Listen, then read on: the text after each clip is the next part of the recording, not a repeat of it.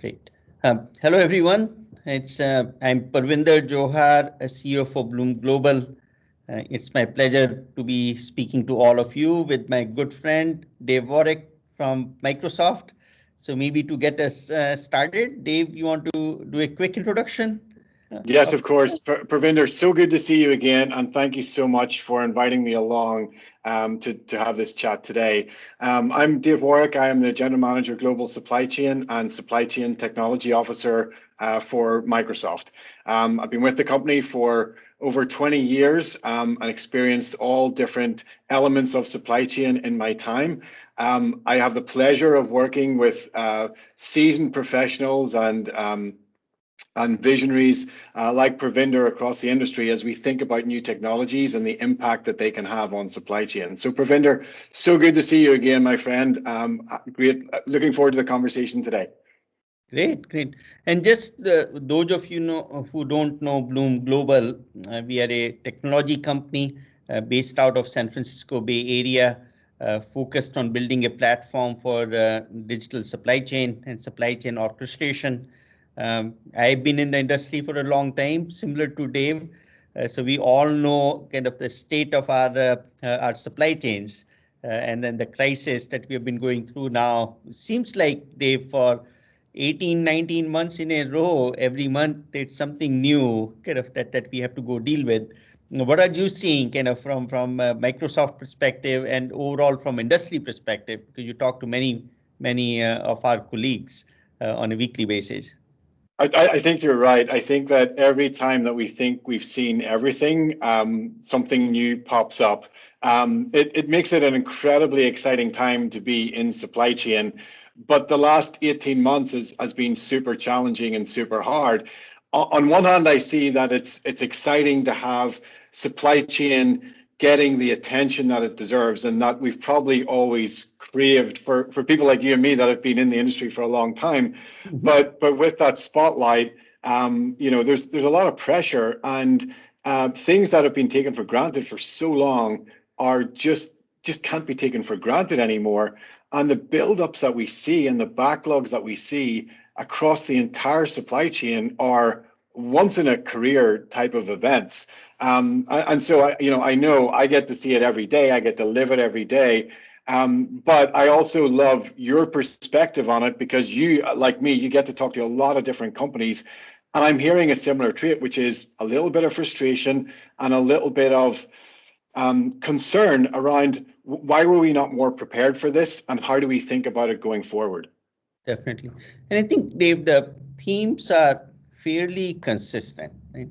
One is that there's a backlog, not only that there's not enough supply available, and so demand seems to be higher than supply in many aspects. So we see it in kind of semiconductor chip shortage. We see it on the ocean freight, not enough capacity is available. We know for air cargo, once the belly of the passenger planes was gone, which was about half the capacity in Q2 of 2020, it's still not back, and it's not expected to be back for another 2 or 3 years, because we still don't have enough passenger planes flying, so capacity is gone. And then we are also living in the age of the Great Resignation, right? Like, who would have thought kind of that just after COVID or in the midst of COVID, we will be dealing with kind of a Great Resignation wave. And not only are people switching jobs, we have more jobs open than there are people. And then not only at kind of the senior level, if you are a warehouse worker, kind of if you're a truck driver, it doesn't really matter what job you look at, there's just a shortage of it. And all of these things kind of coming together, it's just been kind of new for many of us to begin with. And I think, but consistent message I hear is that problems are more inbound than outbound, because we had kind of fair amount of work that got done for last mile delivery on technology side and on processes side over the last decade. So that kind of seems to be holding up pretty well. But inbound is where we have challenges, more challenges on international supply chains than domestic only supply chains is the second theme kind of on that side. But those are the two consistent themes I hear, is that it's more inbound, not outbound. And then the second is that kind of it just doesn't seem like that we're going to be out of it for at least a year or so. So it's not a short-term fix. Yeah, no, I completely concur, and I think that also the focus. I guess 2 years ago, if we'd been having a conversation and talking about the middle mile, we would have said it flows pretty well. We're more concerned about the first mile and the last mile. But the middle mile is now the most important. The middle mile is where a lot of the congestion is. Yeah. And I know that this is something that you and your team have been really thinking hard around in terms of how do we get better visibility and what do we do with that? Yeah.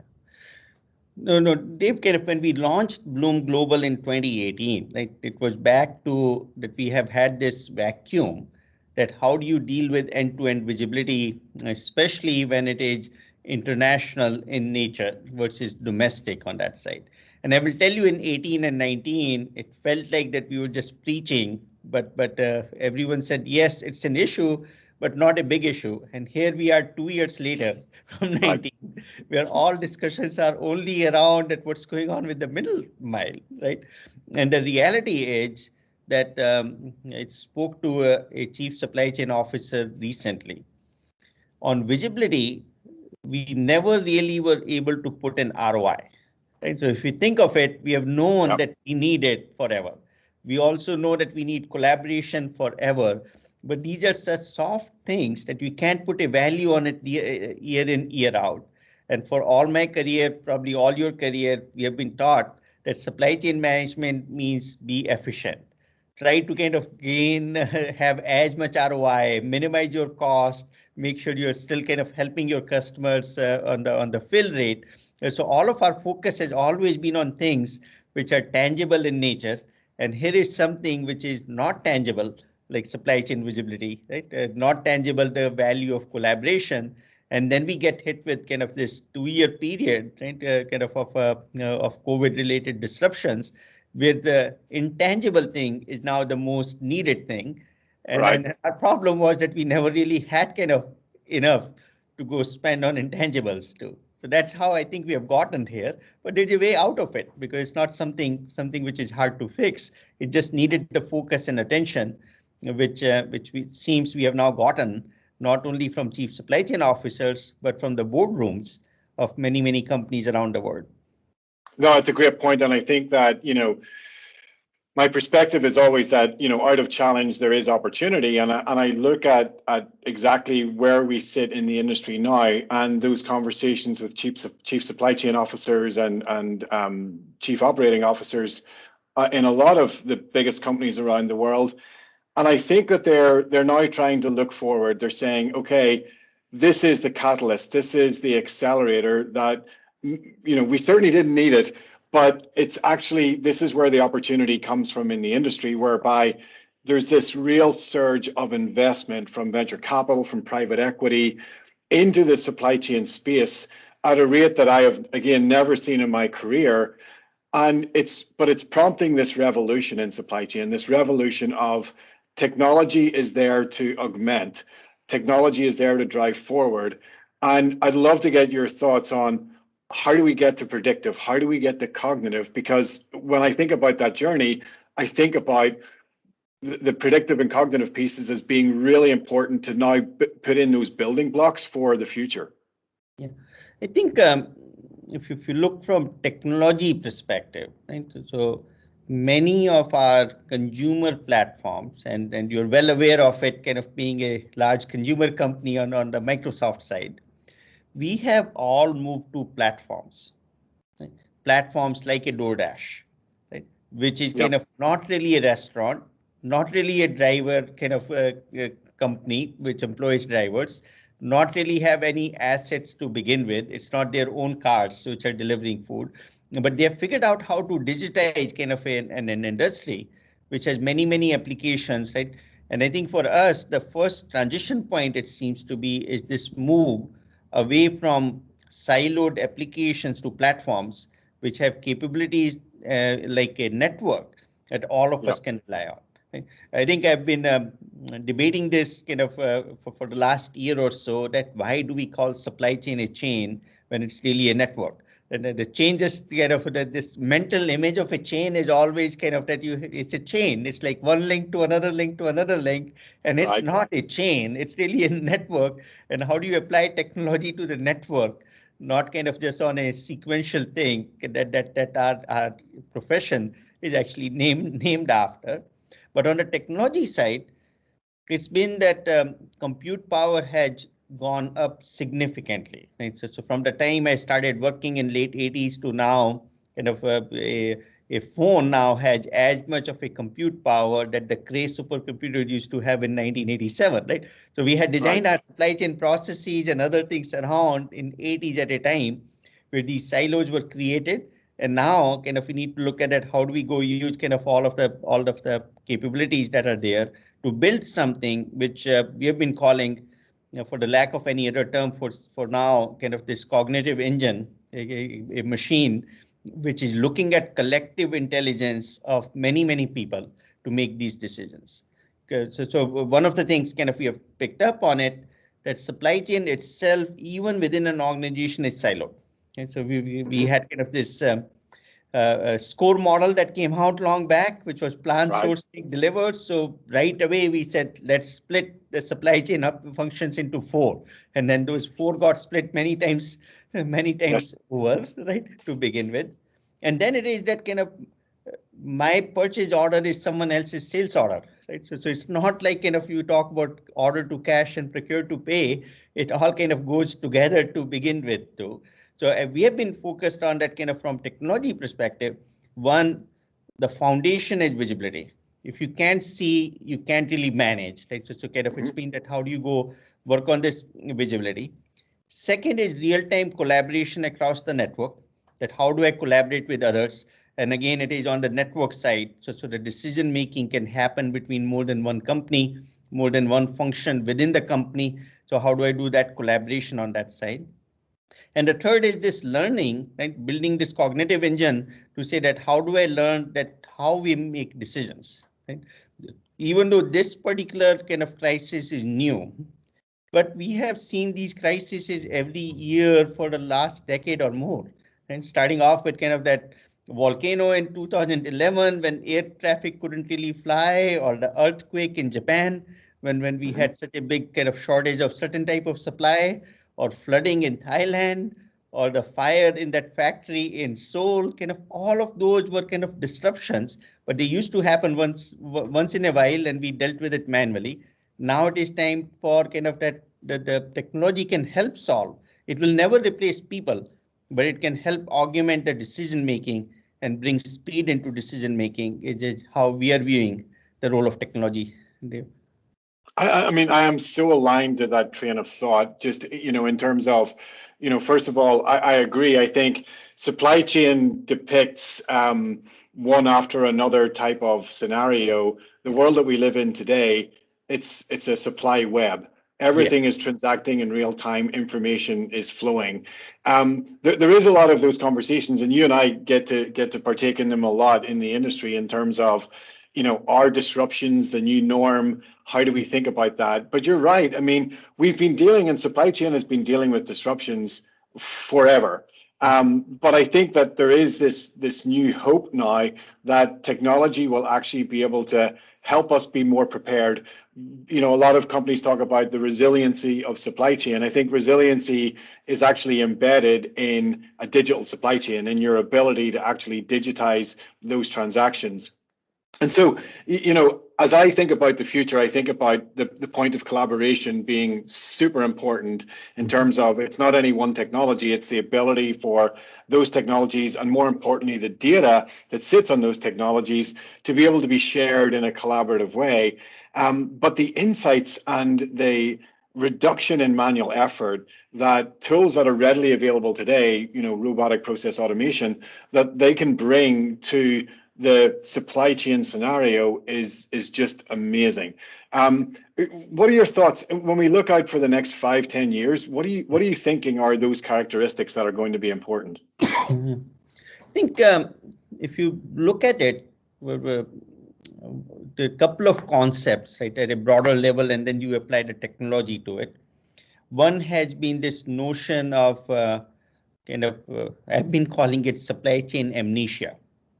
Repetitive thing that we do over and over again, but we start off as if it's Groundhog's Day and we have never seen that problem before and we solve it again. We do it every day. So when you talk about RPA or robotics process automation, I get to, as a minimum, can we have some more interesting jobs for the supply chain professional? The boring thing that we do day in and day again. Now, boring does not really mean it's not important. It's super critical what we do, but we need to go first take the low-hanging fruit and just start curing that. If I had made the decision the same way last 30 times, let's not try to kind of act like that it's the first time we are seeing this thing. And I think that's kind of your foundational one. The second concept I get to is this notion of what really is unforeseen, which again is something similar to amnesia, but unforeseen means that we have seen disruptions before, right? So if you go look at kind of the shortage of chips now versus a flood happening and a shortage of hard disk drive capacity kind of when the Thailand flood happened, right? Or the shortage of memory when the factory kind of had caught fire at that time and 40% of the supply had gone back. We know, we have seen it. So next time it happens that there's a shortage of semiconductor, it looks very similar to what it was for kind of those two other cases, right? We had to build it out, but we still pretend that it's unforeseen. It is that today it is semiconductor chips. Tomorrow it might be something else. Kind of a year later it will be something else. So are we learning from it? And we are no longer calling them that it's unforeseen because we already know it, right? So on the technology side, if I go back to it, right? So roots of a lot of this reinforcement learning were dynamic programming, right? Which dealt with that. How do I take a big problem, break it up into smaller problem, and each one of those problems has a level of uncertainty. And so if I try to simplify it, like an ocean move from China to US, there are multiple legs. Right? There might be a truck leg, a rail leg in China. There is a port move. There is a rail leg or a truck leg here. There are many locations. Each one of those actions have a level of uncertainty in it. And we have known it. We know that it's uncertain, but we have never really modeled it. We have not modeled that what's the probability of the move happening, right? Correctly for each one of those pieces. Same thing happened on kind of entire supply chain on the supplier side. There's a level of uncertainty on each one of them. And I think the new advances purely from the technology side that we are embracing now this uncertainty.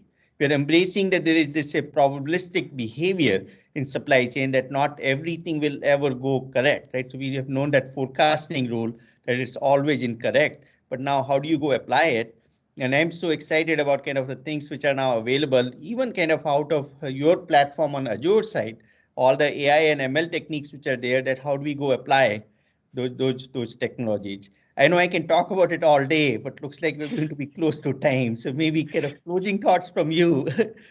I think, look, as always, it's wonderful to get to talk with you on my favorite topic of supply chain. I think that my takeaways are, I love the concept of supply chain amnesia. I think you're absolutely right. I think that we tend to deal with the same issues time and time again, and we never recognize them as being the same issues. And I think that, you know, rather than us starting from a blank page and saying, how do we develop predictive engines, we actually have to go back a step and look at the history that we've already been through, because there might be some clues there as to how we deal with these things, and call it supply chain resiliency or call it being cognitive. But there's a lot there that we probably just haven't tapped. The advances in technology will help us get there and enable it.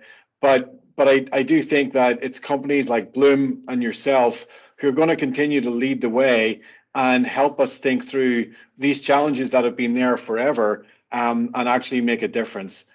So good to talk to you again, Pravinder. Always enjoy our chats. Same here, and hopefully we'll do more of these conversations in near future. But very good talking to you, Dave. Okay, look forward to it. Thank you so much.